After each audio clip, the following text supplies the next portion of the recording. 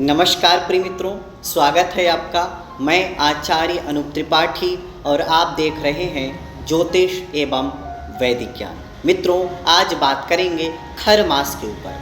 खर मास वास्तव में क्या होता है और क्यों इतना अशुभ है, इसमें कोई भी शुभ मंगल कार्य नहीं किए जाते हैं। आप भी इतना जानते हैं कि जब से यह खर मास प्रारंभ हो जाता है, सौर पौष मास प्रारंभ हो जाता है, तब से कोई भी मंगल शुभ कार्य नहीं होते हैं। तो आखिर क्यों इतना ये अशुभ है और क्यों वास्तव में इस दौरान कोई भी शुभ कार्य नहीं होता है और इसमें क्या दान पुण्यादि करना चाहिए, इसके साथ में ऐसे कौन से कार्य हैं जो इस खर मास के दौरान भी किए जा सकते हैं। और इसके साथ एक चीज़ और, कुछ लोग इसको मल मास बोलते हैं या कुछ पंचांगों में भी मल मास लिखा रहता है। तो क्या इस खर मास को मल मास बोलना उपयुक्त है या नहीं है, इसके बारे में आज जानेंगे। तो सबसे पहले आपको बता दें कि यह सन 2023 में प्रारंभ होने का जो समय है खर मास का, वो है मार्गशीर्ष शुक्ल पक्ष, दिन शनिवार, चतुर्थी तिथि, दिनांक 16 दिसंबर सन 2023 से प्रारंभ हो जाएगा और यह पौष शुक्ल तृतीया दिन रविवार 14 जनवरी 2024 तक रहेगा। मतलब इस दौरान कोई भी शुभ कार्य नहीं होगा। अब बात करते हैं कि वास्तव में इस खर मास में कोई शुभ कार्य होते क्यों नहीं है। तो इस विषय में आपको एक बात बता दें कि 12 राशियां हैं और 12 राशियों में जब सूर्य विचरण करता है 12 महीनों के अंतर्गत, और 12 महीनों में विचरण करता हुआ सूर्य जब भी अपने गुरु के घर में पहुंचते हैं, अपने गुरु के ग्रह में पहुंचते हैं, तब वो अपने आप को प्रभाव शून्य कर देते हैं, प्रभावहीन कर देते हैं और गुरु का महत्व बढ़ा देते हैं। इसलिए उस सौर मास में कोई भी शुभ कार्य नहीं किए जाते हैं और इसीलिए उस दौरान कोई भी जप आदि किया जाए तो बहुत फल देता है, दान आदि किया जाए तो बहुत फल देता है, लेकिन मंगल कार्य बिल्कुल नहीं होता, क्योंकि उस समय भुवन भास्कर सूर्य नारायण अपने गुरु के घर में होते हैं। अब गुरु के घर में होते हैं, ऐसा हमने क्यों कहा?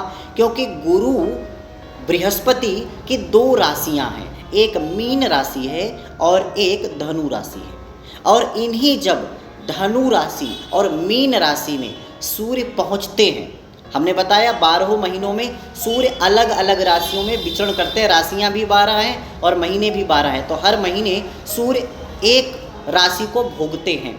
तो इस हिसाब से सूर्य जब धनु राशि पर प्रवेश करते हैं, गुरु की राशि पर प्रवेश करते हैं, और ऐसे ही मीन राशि पर, क्योंकि गुरु की 2 राशियां हैं, धनु और मीन, तो मीन राशि और गुरु राशि में जब भी सूर्य प्रवेश करते हैं तब कोई भी शुभ कार्य नहीं होता और उसी को ही खर मास कहते हैं।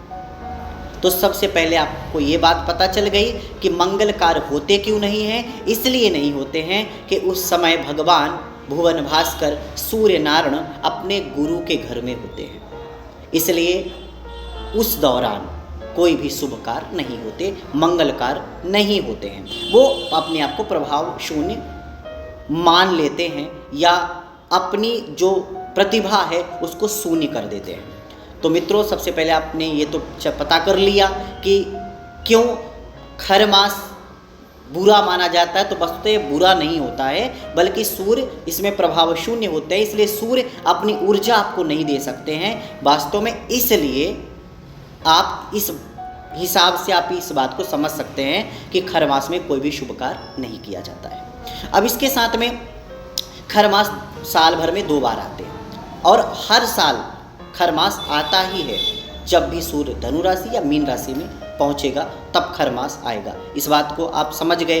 इसके बाद में अब आपको बताते हैं कुछ ऐसे कार्य जो खर मास के दौरान भी किए जा सकते हैं। जैसे यात्रा, कोई आवश्यक यात्रा करनी हो तो आप बिल्कुल भी खरमास चल रहा हो तब भी यात्रा कर सकते हैं। औषधि का सेवन या किसी प्रकार का ट्रीटमेंट आपको लेना है तो खरमास में आप ले सकते हैं, औषधि का सेवन आदि कर सकते हैं। कुछ खरीदना चाहते हैं या बेचना चाहते हैं और आवश्यक है तो उस दौरान भी आप वो कार्य कर सकते हैं। जात कर्म संस्कार हो सकता है, नामकरण संस्कार हो सकता है, अन्नप्राशन संस्कार, ये सारे कार्य हो सकते हैं जो आवश्यक ही करना है और अवश्य ही करना पड़ेगा। ऐसे जितने भी कार्य हैं वे सभी खर मास में हो सकते हैं। अब बात करते हैं क्या खर मास को मल मास बोलना चाहिए या नहीं बोलना चाहिए। तो आपको बता दें कि मल मास की जो प्रारंभिक जो बेसिक परिभाषा है वो क्या है, तो वो सा दुविधा, मल मास की परिभाषा सा दुविधा अधिक मासा क्षय मासश्च, मतलब मल मास उसे कहते हैं जब उस महीने में या तो अधिक मास हो या क्षय मास हो। मतलब क्षय मास और अधिक मास अलग चीज़ है। मल मास अलग चीज़ है क्योंकि वो क्षय मास और अधिक मास के अंतर्गत आता है। मल मास दो प्रकार का होता है, एक अधिक मास और एक क्षय मास। और खर मास अलग चीज़ है। खर मास को आप धनु संक्रांति मास भी कह सकते हैं या सौर मीन मास भी कह सकते हैं आप इसको, या आप इसको सौर पौष मास कह सकते हैं। आप इसको चांद्र पौष कहेंगे तो चांद्र मास आगे चल कर के आता है तो चांद्र पौष मास के अंतर्गत आता है। सौर पौष मास के अंतर्गत चांद्र मास भी आता है, लेकिन वो कुछ रह जाता है और कुछ आगे आता है, तो इसलिए आप इसको सौर पौष मास कहें। और इसको तो सौर पौष मास कह देंगे, लेकिन आगे जब मीन राशि में आएगा सूर्य तो फिर उसको पौष मास के नाम से नहीं जान सकते हैं, तो इसलिए आप इसको खर मास ही रहने दीजिए। आप इसको खर मास कहिए। और खर मास साल में 2 बार आएगा, जब सूर्य धनु राशि में प्रवेश करेगा या मीन राशि में प्रवेश करेगा। तो मित्रों, इसलिए आप इसको खर मास ही बोलिए, मल मास बोलना उपयुक्त नहीं है शास्त्रों के अनुसार। और अगर आप बोलते हैं तो आप इसको समझिए सूर्य के धनु या मीन राशि के अंतर्गत ही, भले आप उसको मल मास बोलें, लेकिन अधिक मास या क्षय मास फिर समझिए नहीं, क्योंकि मल मास क्षय मास या अधिक मास को ही बोला जाता है। तो आपको इतनी बात समझ में आ गई। अब बात करते हैं कि इसमें क्या दान करना चाहिए। तो धनुषी वस्त्र यानम चा, जब भी सूर्य धनुष राशि में हो तो वस्त्र का दान करें और वाहन आदि का भी दान करना चाहिए। इसके साथ में किसी को यात्रा कराने का भी विशेष लाभ होता है। सूर्य नारायण को अर्घ देना, गुरु मंत्र का जप आदि करना, ये बहुत शुभ माना जाता है। इसके साथ में इस समय मूली का भक्षण बिल्कुल भी नहीं करना चाहिए और ना भगवान के भोग में मूली डालना चाहिए। तो इस बात का आपको विशेष ध्यान रखना चाहिए। और इस खर मास में कोई भी शुभ कार्य, चाहे विवाह आदि हो या उपनयन संस्कार आदि हो, कोई भी शुभ कार्य नहीं होता है। इस बात का विशेष ध्यान रखें।